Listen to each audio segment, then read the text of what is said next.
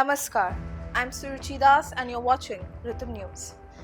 Gujarat witnessed a powerful display of governance as bulldozers rolled through coastal town of Somnath, demolishing illegal encroachments, including unauthorized religious structures. The operation has become the talk of the town as it was carried out near the revered Somnath temple, a symbol of India's heritage and resilience. The decisive action aimed at reclaiming government land faced stiff resistance, particularly from the Congress, which has once again found itself siding with questionable causes. In the heart of the Somnath Development Project area, illegal constructions had sprung up, taking over valuable government land. Among these were unauthorized mosques, eidgahs, and structures which had no legal standing. Despite repeated warnings, the encroachers refused to vacate, forcing the administration to bring in 36 bulldozers and over 1,000 security personnel to clear the area. The operation, beginning at the break of dawn, sent a strong message that Gujarat would no longer tolerate illegal encroachments, no matter their nature.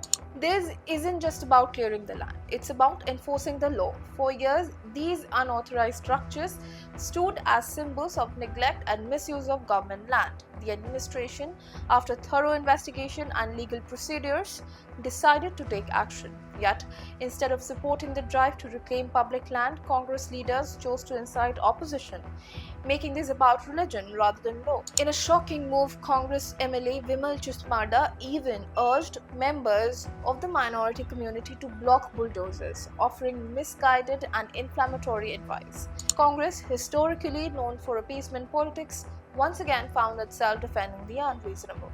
Former Gujarat Congress President Amit Chavda's statements criticized the government's efforts to restore legality and order, choosing instead to lament the demolition of illegal structures.